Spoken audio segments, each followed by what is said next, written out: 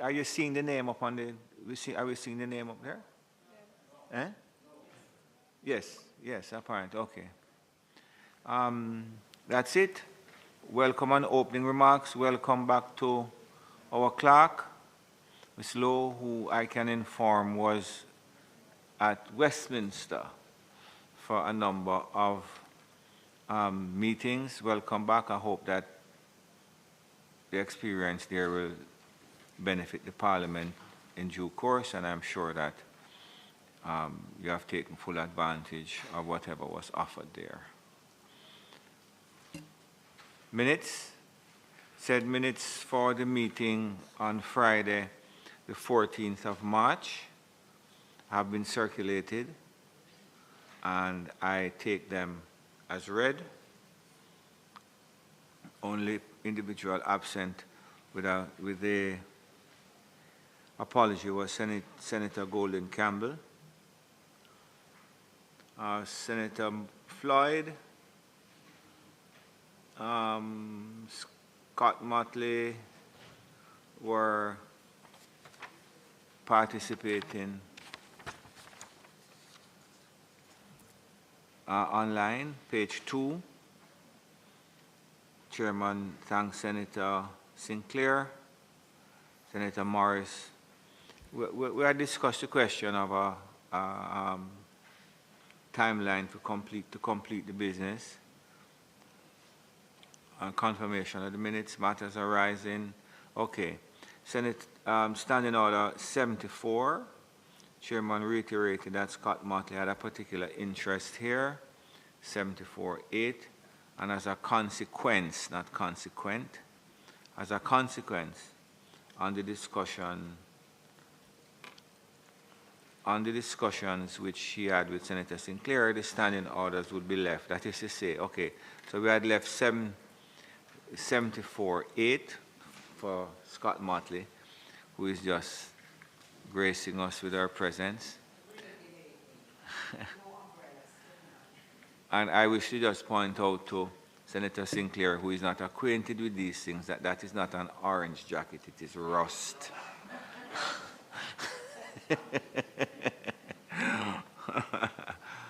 So 74-8 we wanted to leave until Senator Scott Motley was here, but then now our legal counsel is absent, so I don't know if we need to look at it today.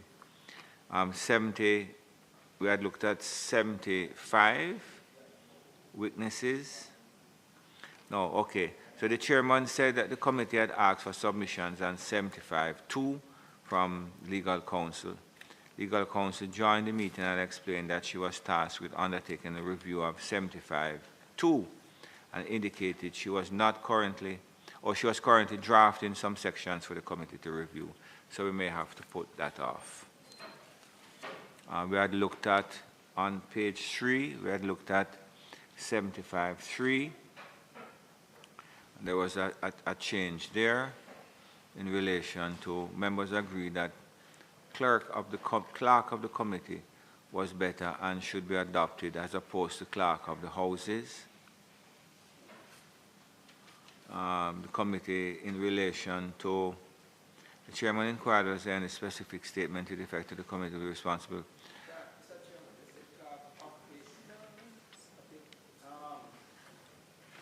Yeah, you're looking at 75-3.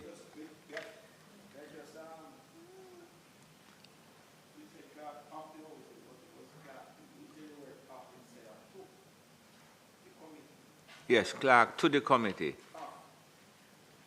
So it should be clerk to the committee. No. We changed it to. We had changed the word to, which is contained in the SO, to off.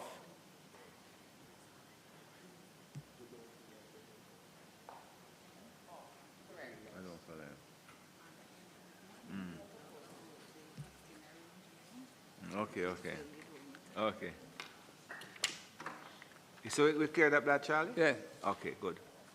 But he had also said houses, but okay. It's really the committee.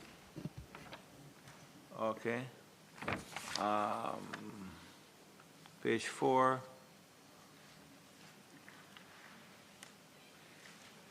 Okay, and then we looked at 76. Okay, so those were the minutes of the last meeting. Can I have a motion, please? Senator Sinclair, seconded by Senator Scott. Senator Scott Motley, you weren't here. Well, you can second it. And seconded by Scott Motley. Okay, new business here today. Where did we leave off? We're going to... Sir, yes, Senator Sinclair. Before we move on, I just having a reread of 76, 1 and 2. 76, 1 and 2. Right.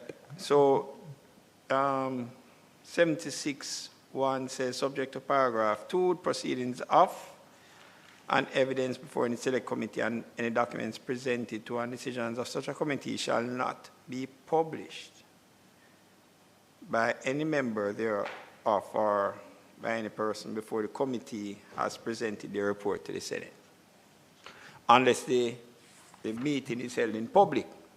Now, most of our meetings are held in public, but until a report is presented and signed by all the persons who would have participated in the meetings of the select committee, there is no, I would say, official conclusion of a decision. Can a member of the committee appear on a talk show, for example, and discuss and may be influenced by whatever is discussed in that other place? It's just that I have seen situations where select committees may be meeting, but there are media interviews that are done. Would that constitute a breach of 76?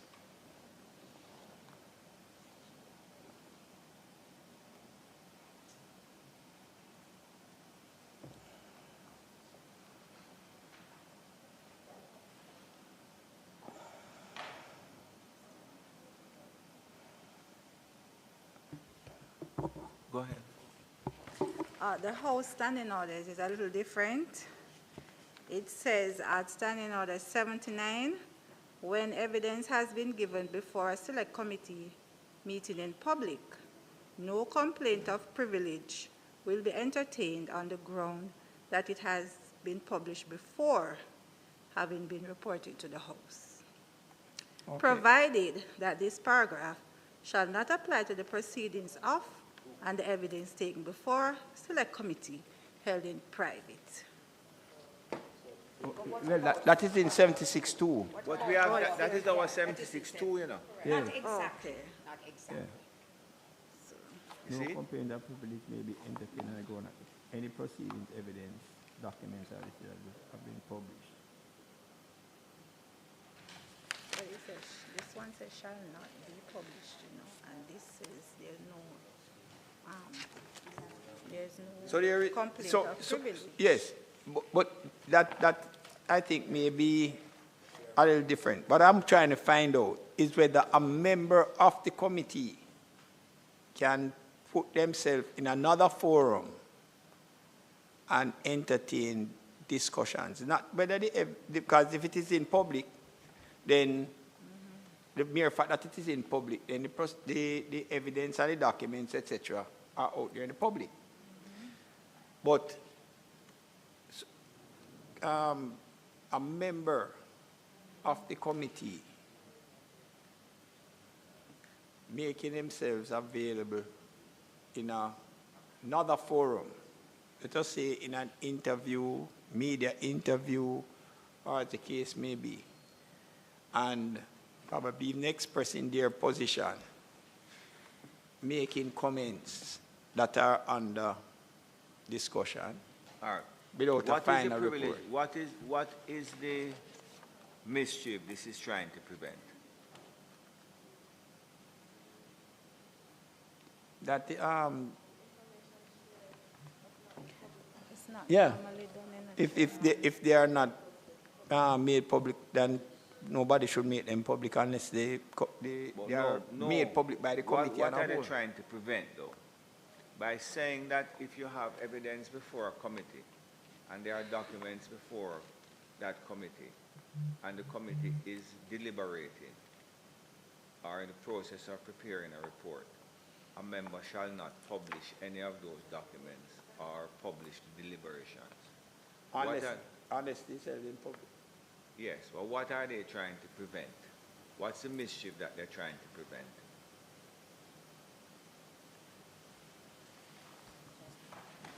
I have a view, Chair, that it is the conclusion. So if a member is being interviewed about it, but the report has not been finalized, that is to say there have been no recommendations in the report, as we usually have, but the member is trying to give a conclusion as to what the finalization of the report will be.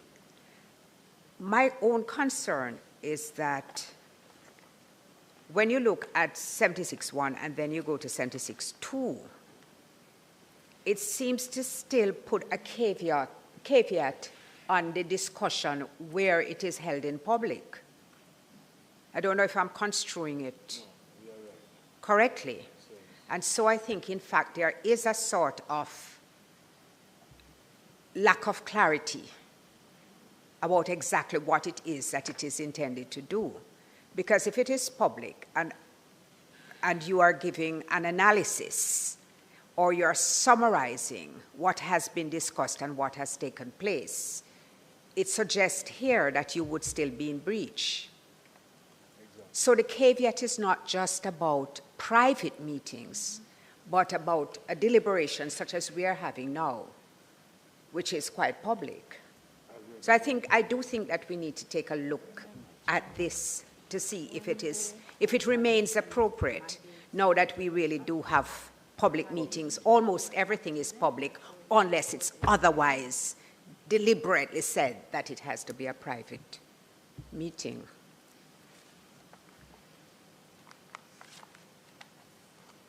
Any other views?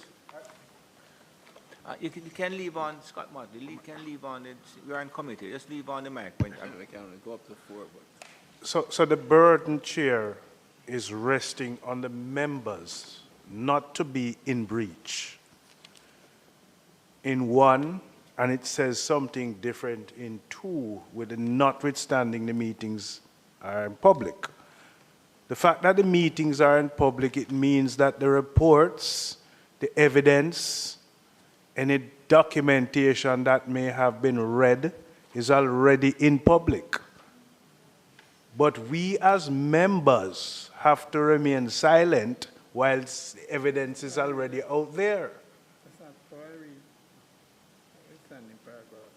And so it seems a little confusing in an overlapping manner when one is saying specifically that you ought not to do something, but then 2 is suggesting that the evidence is already in the public space, which is some sort of in my mind, a gag order on members, whilst the evidence are out there. So what, 76?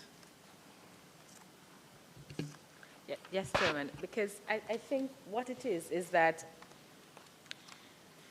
at subparagraph 1, it says specifically that the decision of such a committee shall not be published by any member thereof or by any person before the committee, which includes the witness himself or herself, before the committee have presented the report to the Senate. So in paragraph 1, it is saying that no member of the committee or anyone who appeared before the committee should be able to comment. Any other person?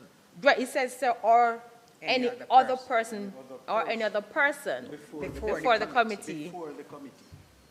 Right. Any other person before the committee, you know, Is not Is that any other person that appears before the committee is any other person? or by any other person. Before the committee have Before the presented the committee, report right. to the Senate. It's So, not any so other it's an person who appeared absolute, before so the it is committee. an absolute, it's an Yes. absolute prohibition at 1. But at 2 then, sir, it says, notwithstanding paragraph 1, which is the absolute prohibition, where a member of a select committee is held in public, where a meeting of the committee is held in public, then no person can make a complaint of privilege on the ground that the proceedings, evidence, and documents or decisions referred to paragraph 1 have been published before having been reported to the Senate. Okay. So it seems to me that at 2, the media could publish the occurrence Or even before a the member, committee. Or even a member. It sounds like a member too. Anybody. Or what I'm trying to find out. The person. What Mr. I'm trying to Sorry, find one out. minute, Charles. Mr. Cowan? No, I was actually agreeing with the point to say provision 76.2 allows for the public publishing of information, whether it's by the media, and I would agree, by members as well. But it limits, it's just speaking to the evidence, documents, or decisions, as opposed, I know the member spoke to commentary about proceedings in committee, and I think that's slightly different, because if someone is expressing an opinion or engaging in discussion regarding what happened in committee, well, this doesn't really speak to it, but to my mind, and if we spoke to intent and what is the mischief which is trying to be prevented, I think it speaks more to those opinions or other comments further, you know, having been discussed in committee. So, you know, that was where the discussion actually started in terms of commentary. And this doesn't necessarily speak to that. It's very limited. It just speaks to the evidence, documents, and actual decisions, what has come out. But it doesn't speak to opinions, which may suggest that that is permitted. However, if you read 76.1, it would also suggest that that's not really the true intent or the true, you know, it's going against preventing the mischief which was trying to be prevented, if that makes sense. So, Chair, my position is when we come upon matters such as this and we have varying opinions and we have different views of what it is intended to communicate, that it presents an opportunity to make it absolutely clear. And I have no doubt that we could look at its interpretation elsewhere and see exactly what was intended. But bearing in mind that we have evolved to the point where, as I said, we really do hold our deliberations in public because most of our meetings are televised. So within the context of looking at what we really want to communicate at 76, we need to take that into account as well. But we obviously need some research on it. Let me probably, Mr. President? let me just do an analogy. If a matter is before a court, right? There are rules that says that within this chamber, commentary should be restricted if it may influence the decision, right? Sub judice rules. Right. If a matter is before a select committee and under active deliberation going through committee is having its meetings, can a member go in another forum, say, and I use the example of, say, a media interview. You go on a media program and you are discussing with the moderator and or any other number of persons the matters that are before and still under active consideration in a select committee. That is really what I'm asking. Well, can I just, No, you can't do it. can If I? it is, but No, if the but meeting can is held in no, public, Mr. Sinclair, Yeah. Senator Sinclair. Sorry, You can press your thing. if the meeting is The question is this, you know. Yeah. You, or this is seeking to draw a distinction between a committee meeting held in camera and one that is I held in appreciate public. that. But the question that you ask is important in any event. Is there in fact a distinction? Because just because the meeting is held in public and there are issues under consideration, it don't give you the right as a member to go on the And you go out there and you're having another discussion in another place that the select committee is having under active I think consideration. Senator Golden So can whether go. it is yes, you're right. Yes. Whether it is public or private. Yeah, it should That's make a basically difference. what I'm asking. Yeah. Senator Golden Campbell. Thank you, Mr. President, and thank you for your accommodation to attend virtually this morning. Mr. President, can I offer something that I have been considering in looking at these provisions? We're talking about in-camera meeting versus public meeting. And it would seem to me when I look at 76 and I go back to 75, that there are really two types of meetings that are being discussed in the two provisions. The select committee the select committee that is being referred to here, the 74A says a matter may be referred to a select committee if on the question put at least 8 members of the Senate so decide. But what I see at 76.2 is a meeting of the select committee, whereas what I see at 76.1 is a proceeding of the select committee, much akin to, if you want to say, the select committee acting as a quasi-court, a quasi-judicial body, because the examination of witnesses at 75 speaks to evidence. Now, what we have in our select committees when we deliberate on bills or anything else, I don't think can be considered. I don't think the documents and the discussions that are had with those who come to make submissions can really be considered evidence. We are not in those meetings interrogating witnesses in the way that we're speaking of evidence here in 75. But 74 75 gives the committee that authority. Well, this is precisely what I agree with you. So what I'm saying to you is that 75, 76, 1 is talking about the select committee when it is acting in that formal proceeding, which would not be a proceeding that is necessarily public. In fact, ought not to be a proceeding that is necessarily public. So that when a witness has to be summoned, the clerk has a specific protocol to follow. Must be summoned at least 7 days before the evidence. Evidence is required. And I don't believe that these standing orders are defining evidence in any other way than is ordinarily understood. It talks in 75.1 about when it is intended to examine any witnesses, but that's not what we do in our usual select committee meetings. We're hearing submissions and interrogating submissions. But I do not think by any stretch of the imagination that what persons bring before the select committees when we are reviewing bills or other legislative papers, white papers, green papers, whatever, that can be considered evidence. In fact, quite often, there are persons who come and they make broad sweeping statements, and we don't require them to demonstrate or provide any proof. They're coming expressing their views and their opinions. That's not evidence. So 76.1, in my view, is speaking to the committee acting in a quasi-judicial interrogative role, which the select committee has the power to do.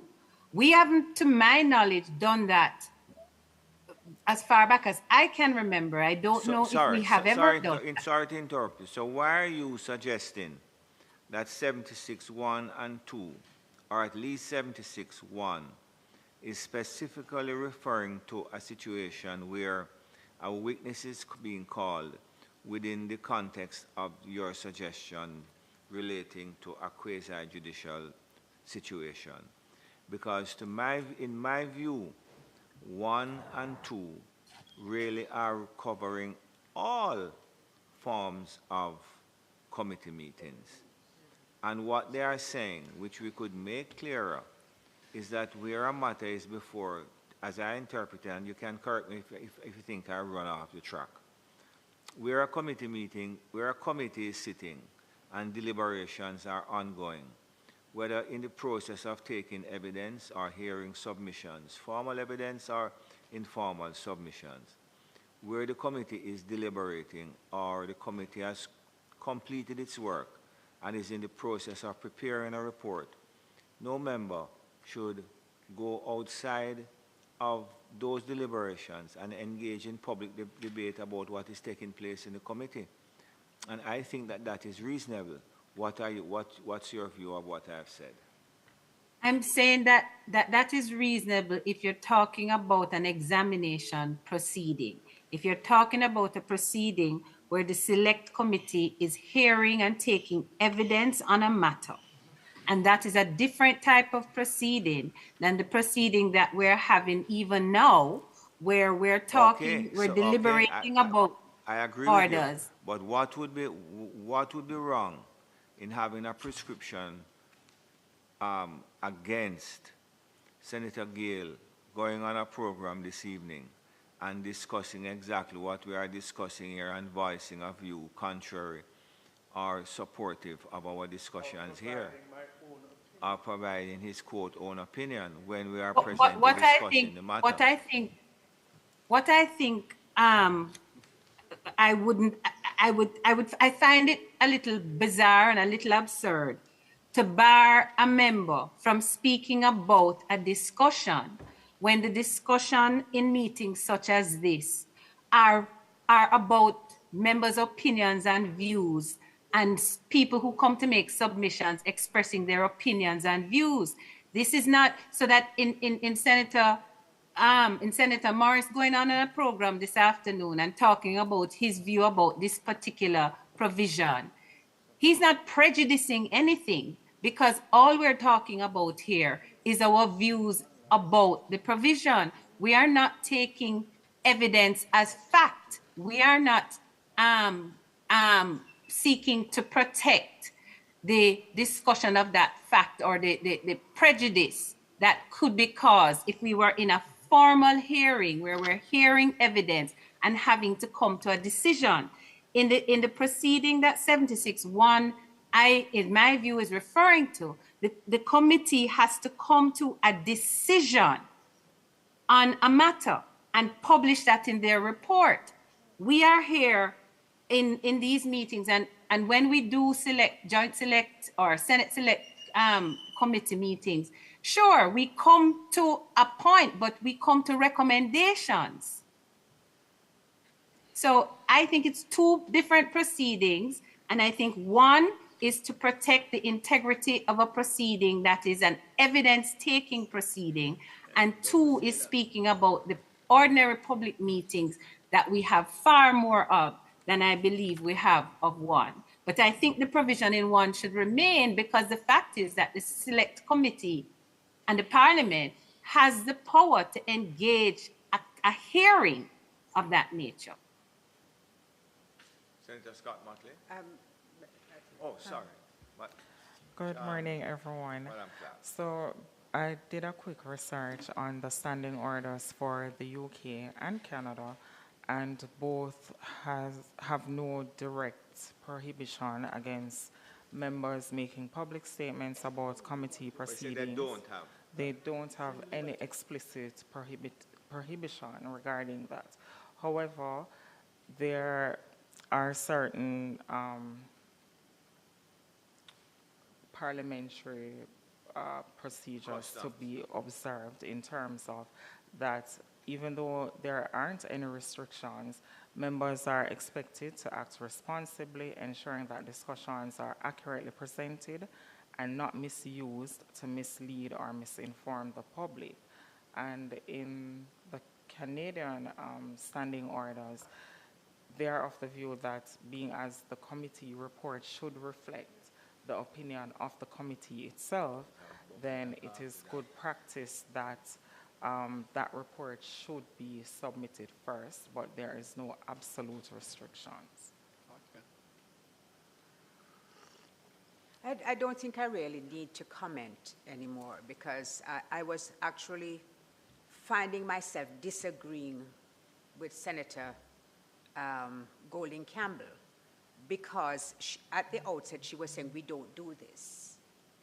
We don't actually operate like that in our select committees in the Senate. But I wanted to point out that when you're making rules, you don't just think about what you do. If you have the authority to do something, you also have to anticipate the occasion when that would arise. But I think that in the final analysis, she drew the distinction. I'm very grateful to the clerk for having given us that clarification. And that is what I meant, Chair, when I said that we must take into consideration the fact that we have evolved. We're having people join online. That we did during COVID. And so in looking at these paragraphs, we also have to contemplate the practicality of some of the things that we are going to be providing for. And the example which has been given by the clerk is one that we should consider adopting. But do I understand what the clerk is saying is that there is no regulatory prohibition, but guidance to the members to adopt a responsible approach? Yes. Now, the only thing that we would then have to contemplate were we to adopt that is if a member fails to adopt a responsible approach and to follow all the guidelines, what happens? Ethics committee. What happens? What are the consequences of that failure to act responsibly? But certainly, one thing is that we are in agreement with is that a member ought not to be coming to a conclusion in public before the committee has concluded. Nor should a member, in my view, be trying to influence the conclusion before the report is concluded and the recommendations are made in the report. I just want to ask, based on what the clerk had indicated, because it might not have appeared how it's written as being prohibitive in nature, but the use of the term should, as part of the guidance, would send also a signal that what is the scope of permissiveness? If you fail to act on the instruct of you should not have, then what is the consequence? Did it outline any consequence? To the privilege committee. So that would be the instructive guidance. Yeah. If someone fails to follow the guidelines. Yes, and that now may be how we should, kind of coach it. Is there a scope to combine both 1 and 2? Right. Because personally, I'm not seeing a distinction between meetings held in private and meetings held in public. There's no longer that distinction. Except to say, Chair, that in one practice refers to the proceedings where evidence is taken. But evidence can be both public and private. Yes, but where it is taken in private, as in some court hearings, where it is taken in private, should this caveat apply? Because there can be circumstances where, depending on the nature, a situation where national security issue might arise before the Senate. I'm not saying that it does or it would. But I can conceive of situations in which you might want to do it in private. You can say, let me give you an example. When we met with the Integrity Commission, I asked the question, is this going to be public or is it going to be private? And you advised that it was going to be private. In those circumstances, one can see where, because of the nature of the engagement, you might want it to be private. not everything that we have done is public. Okay, so help me. I think Senator Golden Campbell, you wanted to come in? Oh, no, Chair, no. Oh, what a lovely photograph. Yes, it is. You saw that one fly? Which one? This one, Chair? This one? That's why it's so quiet.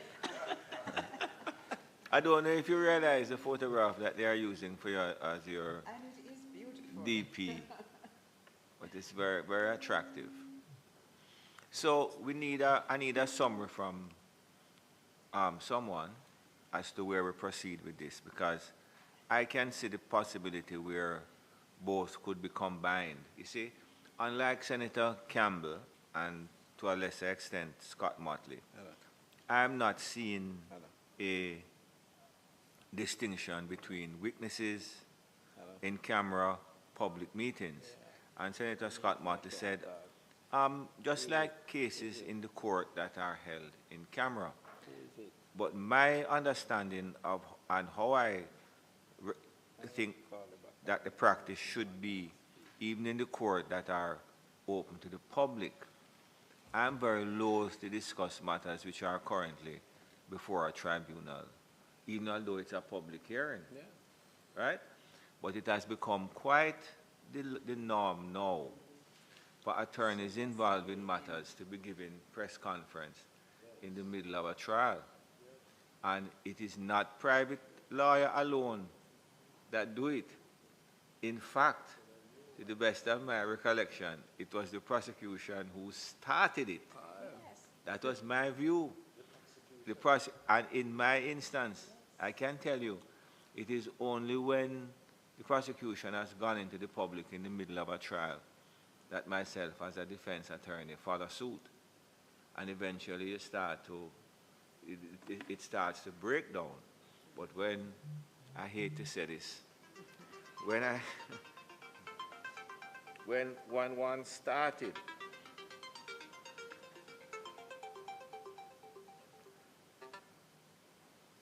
one minute, please, sir. Sorry very much. I don't know how I'm going to continue. I think this might be an appropriate time. That's almost went public. Since I think if you gave me the mic, I can give you a solution. I can, because I would want to know how I would continue to conclude that sentence. So what I would say, Chair, is having regard to the intervention by Madam Clerk, that we could get some guidance as to how it is treated within other jurisdictions. Certainly her reference to what takes place in the UK and the Canadian standing orders have been extremely helpful. So if we could develop a proposal for 76.1 and 76.2, whether it is to combine it, as the President has said, or to have a separate kind of treatment, I think it would be extremely helpful to the committee. Yes, Mr. thank you. Chair. Slow. Sorry. So in response to Senator Scott Motley, I also share the position of the chair, the substantive chairman, that we could combine both sections, and the caveats could be to the effect that where the meetings are held in private, members are expected to uphold the integrity of the parliamentary processes and maintain confidentiality of the proceedings until official publication. And suppose it is held in public. Where the meetings are held in public, there is still a standard to be upheld by members. So there will not technically be a gag order that you cannot comment, but it ought to be clear that you are giving your personal opinion, and that your views would not necessarily be that of the committee, as there has not been an official publication. So would that be placed within the... It could be worded. Yes, it could be worded in. If members are in agreement. The comment about responsibility and etc. So if members are in agreement, then it could be reworded to take that effect. All right, so that represents another presentation that we expect to get from, well, Dissemination in any event falls under your portfolio, so it really is from your office. All right, so we'll have a proposal in respect to that because that sounds quite appropriate. And having regard to the discussion that was held, it would capture the comments that were made. All right? And I think this is an appropriate time that we can adjourn this meeting, because I expect us to have a heavy day today when I see the rust color. 10 o'clock tonight. What color is that Senator Floyd Morris has on?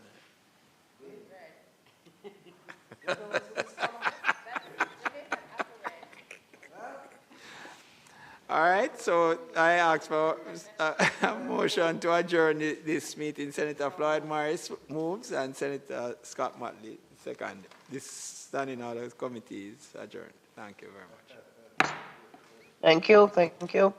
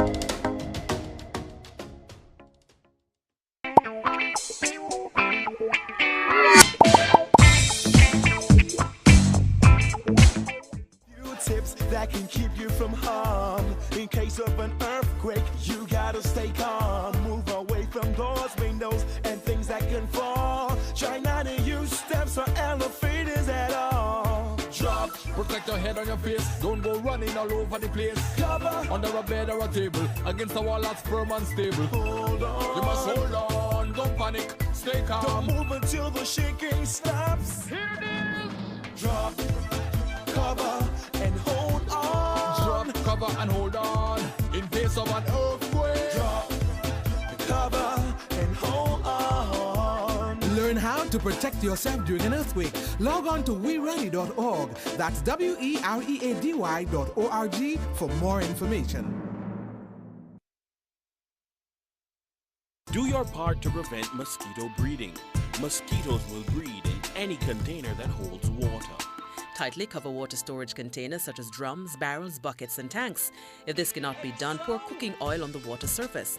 Punch holes in all tins, plastics, and beverage boxes to prevent the collection of water before disposal. Cover all tires or fill with dirt to prevent water collection. Scrub all vases once per week to remove mosquito eggs. Use mosquito repellents to protect yourself from mosquito bites. Dispose of garbage properly by placing in plastic bags and securing properly to prevent water collection. A message from the Ministry of Health and Wellness. Jamaica's economy is in the best shape ever. Everybody a yard and abroad a talk about it. Your government is investing in our hospitals, parks, community clinics, roads, and water infrastructure. Cook it up and make we steam it. Fresh so me need it, tilapia a real fish. Cook it up and make we roast it. Farm fresh so me need it, tilapia a real fish. Grow smart at the best part. Food for thought so me have to eat smart. Easy catch, fully net. A tilapia so you don't know what's next. Cook it up and make we fry it. Fresh, so me need it. Tilapia, a real fish. Bring home the best in freshwater fish. High content of vitamin B3, protein, and potassium. Tilapia, simple, healthy, delicious.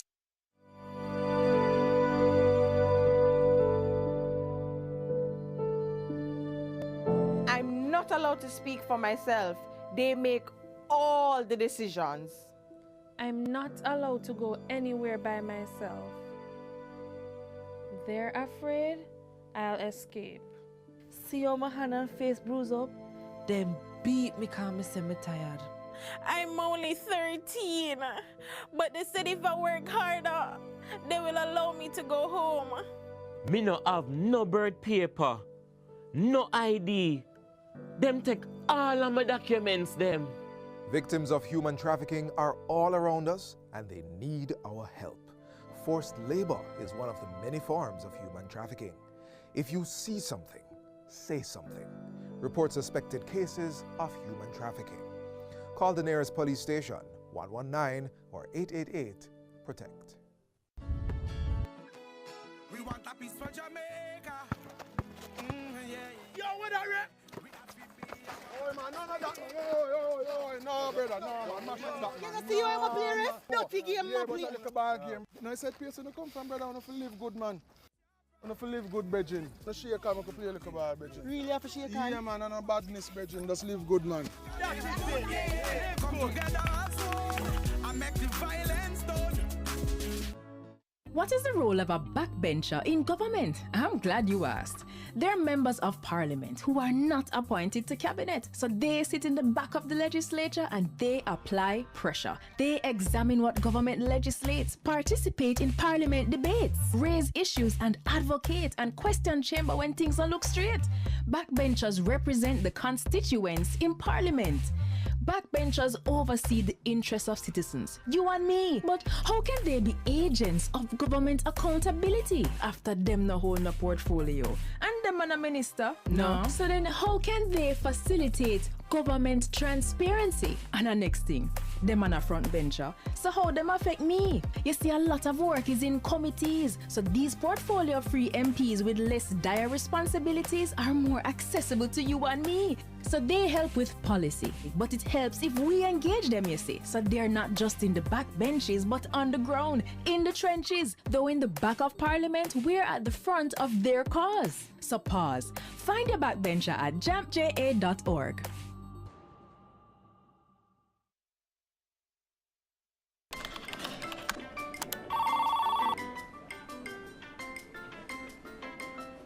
Once upon a time in a Caribbean island known for its rich culture, natural beauty, lived a group of people who were buried in piles and piles and more piles of paper.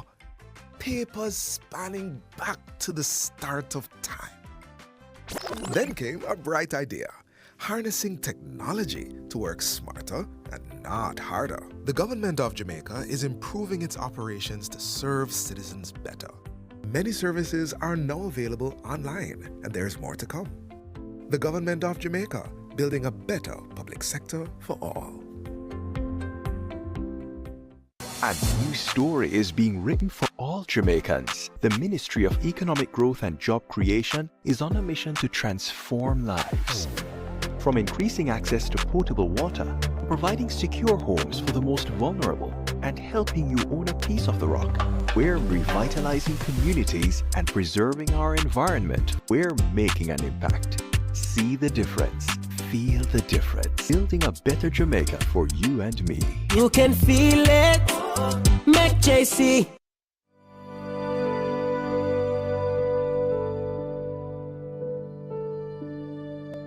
I'm not allowed to speak for myself.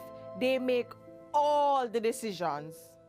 I'm not allowed to go anywhere by myself. They're afraid I'll escape. See how my hand and face bruise up? Them beat me cause me say me tired. I'm only 13, but they said if I work harder, they will allow me to go home. Me no have no birth paper, no ID. Them take all of my documents, them.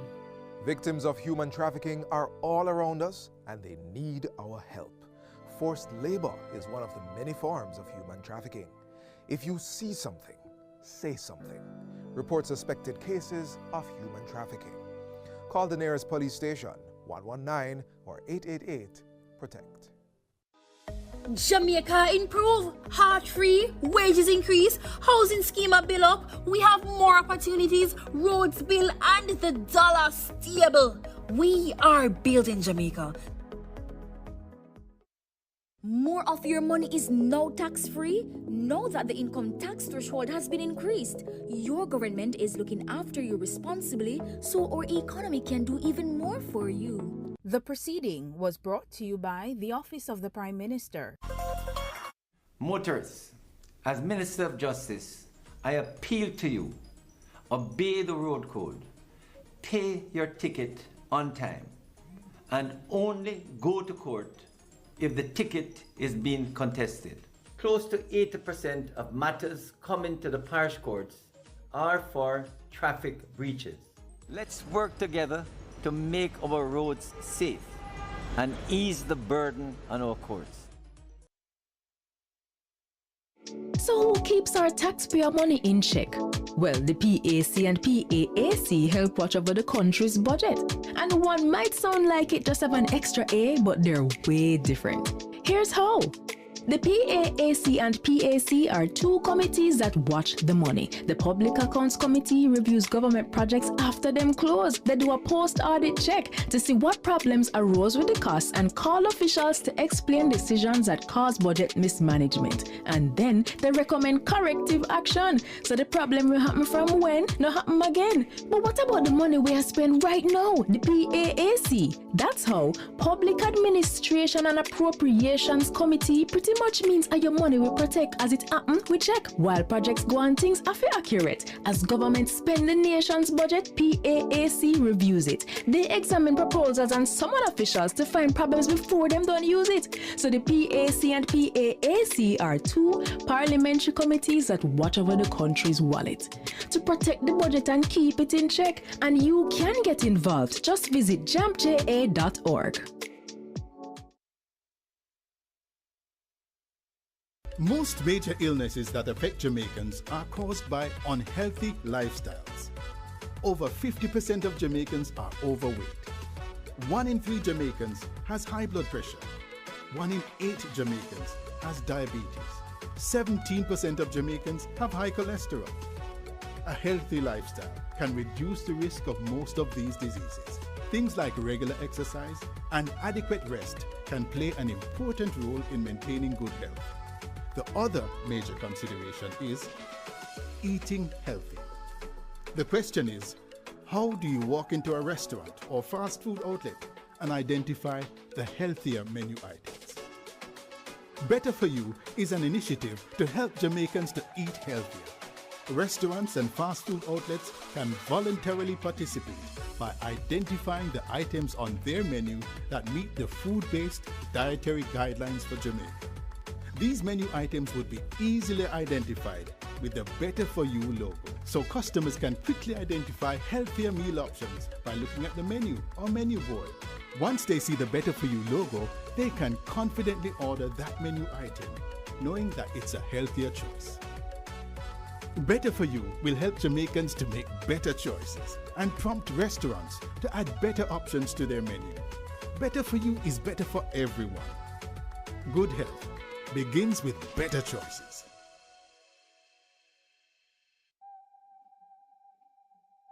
It must stop. It have to stop. Gang violence is not the solution to our problem. It will only cause pain and suffering. Let's find non-violent ways to solve our conflict. Let's work together to create a safer and peaceful Jamaica. Let's all live good. A message from the Ministry of National Security.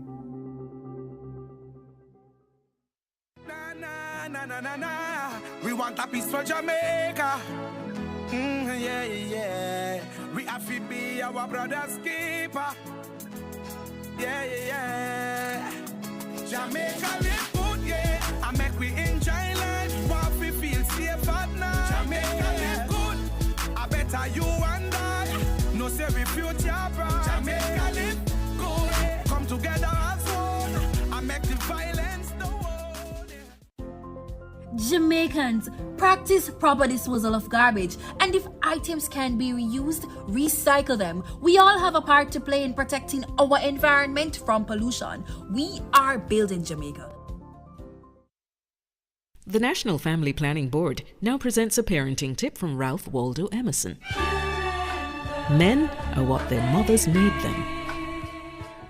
Most Jamaicans will tell you corruption in politics is deep-rooted, and I just saw it said, and nothing can do about that. But actually, there is, and another 152 countries are doing it. It's called asset declaration, and it works best where citizens themselves understand it and help to ensure the law is enforced. Corruption happens when public officials abuse their power to benefit themselves, family, or associates. Jamaica's Integrity Commission Act was designed to prevent corruption, and here are 5 things you should know. 1. Under this law, every year MPs and senators must report what they earn, own, and owe, and if they don't, they'll be sanctioned. 2. Their report must include the same kind of information for their wife or husband and children. 3. If they get a gift worth more than $100,000 from anyone who's not family, they must declare it. 4. A summary of the declarations of our Prime Minister and opposition leader must be published where the public can read it. 5. Parliamentarians can now be prosecuted by the Integrity Commission. They can be fined up to $2 million or serve up to 2 years in prison.